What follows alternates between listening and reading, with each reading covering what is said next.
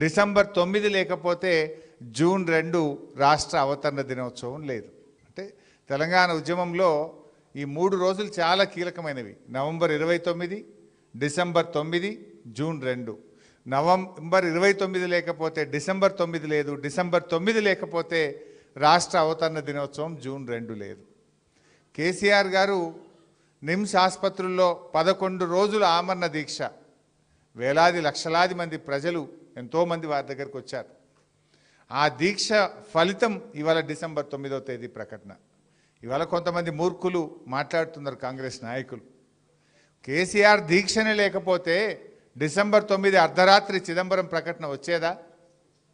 దీక్ష చేయకపోతే ఢిల్లీ దిగొచ్చేదా? కేసీఆర్ దీక్ష ఫలితం, అమరుల త్యాగ ఫలితం నేటి తెలంగాణ రాష్ట్రం.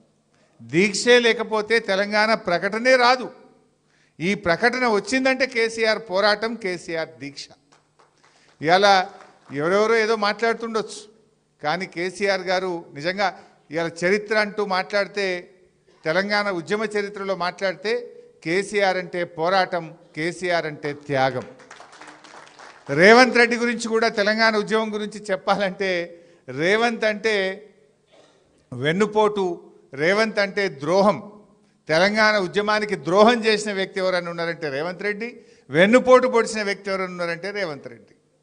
ఎందుకంటే రాజీనామాలు చేయండి అంటే జిరాక్స్ కాగితాలు ఇచ్చిన వ్యక్తి. అరే ఉద్యమానికి గెలిచి రావయ్యా అంటే జై తెలంగాణ నుండి తుపాకీ పట్టుకొని కాలుస్తా అని రైఫిల్ పట్టుకొని బయలుదేరిన రైఫిల్ రెడ్డి రేవంత్ రెడ్డి. అంటే రేవంత్ అంటే ద్రోహం, రేవంత్ అంటే వెన్నుపోటని రాయాలి. తెలంగాణ ఉద్యమ చరిత్ర అంటూ రాస్తే రేవంత్కు ఉన్నటువంటి స్థానం ఒక ద్రోహం, ఒక వెన్నుపోటు. ఇలా ఆయన తెలంగాణ తల్లిని మారుస్తుండు. ఇలా రాష్ట్ర వ్యాప్తంగా తెలంగాణ తల్లిని మార్చి కలెక్టరేట్లలో ఒక రేవంత్ రెడ్డి సృష్టించిన తల్లిని పెడతా ఉన్నాడు. ఇలా తెలంగాణ తల్లి అనేది తెలంగాణ ఉద్యమంలో తెలంగాణ భావోద్వేగాల మధ్య, పోరాటాల మధ్య పుట్టిన తల్లి తెలంగాణ తల్లి. ఆ తెలంగాణ తల్లి అసలైన తెలంగాణ తల్లి. ఆ తల్లిని తెలంగాణ ప్రజలు ఊరూరా వాడవాడ వాళ్ళే సొంతంగా పెట్టుకున్నారు. రాష్ట్రంలో కొన్ని వేలాది తెలంగాణ తల్లి విగ్రహాలు ఉన్నాయి, వేలాది తెలంగాణ తల్లి విగ్రహాలు ఉన్నాయి. అది ప్రజలు పెట్టుకున్న తల్లి, భావోద్వేగాల మధ్య పెట్టిన తల్లి, తెలంగాణ అస్తిత్వానికి ప్రతిరూపం ఆ తెలంగాణ తల్లి. కానీ ఇలా రేవంత్ రెడ్డి ఆ తెలంగాణ తల్లిని మార్చి ఈయన ఒక నకిలీ తల్లిని సృష్టించిండు. ఇలా ఆనాడు ఉద్యమంలో పుట్టిన తెలంగాణ తల్లి దీవెనలతో, ఆశీర్వాదంతోనే ఇవాళ తెలంగాణ రాష్ట్రం ఏర్పడ్డది. కానీ నువ్వు ఆ తల్లిని మార్చే హక్కు ఇవాళ రేవంత్కు లేదు. నువ్వెన్నడూ ఉద్యమంలో పాల్గొనలే, నువ్వెన్నడూ జై తెలంగాణ అనలే, నువ్వెన్నడూ జైలుకు పోని రేవంత్ రెడ్డికి తెలంగాణ ఉద్యమంలో పుట్టిన తల్లిని మార్చే హక్కు ఉన్నదా? ఇవాళ తెలంగాణ ప్రజలకు ఉద్యమంలో ఆనాడు కేసీఆర్ నాయకత్వంలో పుట్టిన తెలంగాణ తల్లే మా తల్లి అని తెలంగాణ ప్రజలు అనుకుంటున్నారు. ఇవాళ రేవంత్ సృష్టించిన తల్లి నకిలీ తల్లి. ఆ తల్లి చేతిలో నుంచి బతుకమ్మని తీసేసిండు.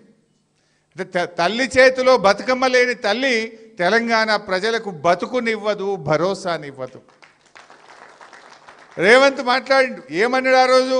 అరే నన్ను గెలిపింది, తలరాతలు మారుస్తా, నేను మార్పు తెస్తా, తెలంగాణ ప్రజల తలరాతలు మారుస్తా అన్నాడు.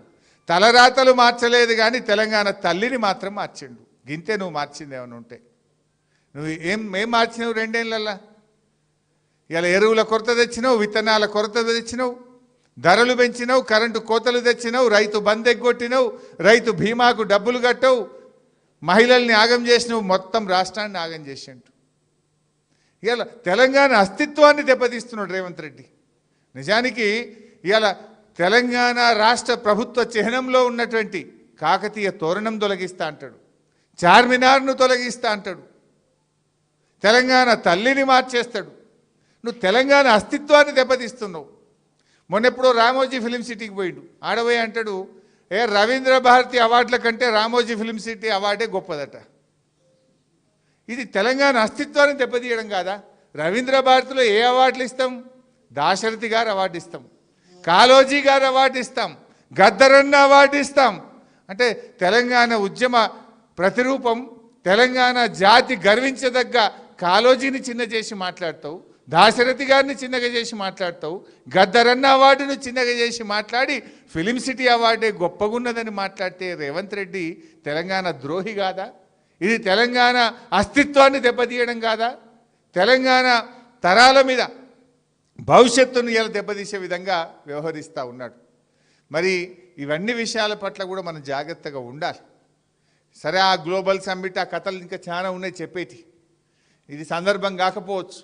అయితే ఒకటి నిన్న చూస్తుంటే గుర్తొచ్చింది, అదేంది ట్రంప్ రోడ్ అని పెడతారట హైదరాబాద్లో. అని ఎందుకే ట్రంప్ రోడ్ పెడతావు? మన తెలుగు పిల్లలను మన విద్యార్థులను బేడీలేసి జైళ్ళలో పెట్టినందుకు ట్రంప్ రోడ్ పెడతావు హైదరాబాద్లో? ట్యాక్సీలు పెంచి టారిఫ్లు పెంచి మన దేశాన్ని ఇబ్బంది పెట్టి మన దేశంలో ఇవాళ వ్యాపార సంస్థలు మూతబడి పిల్లల ఉద్యోగాలు ఊడగొట్టినందుకు ట్రంప్ పేరు పెడతావా? ఏం చేసిండు ట్రంప్? ఇలా మన పిల్లలు హైదరాబాద్ పిల్లలు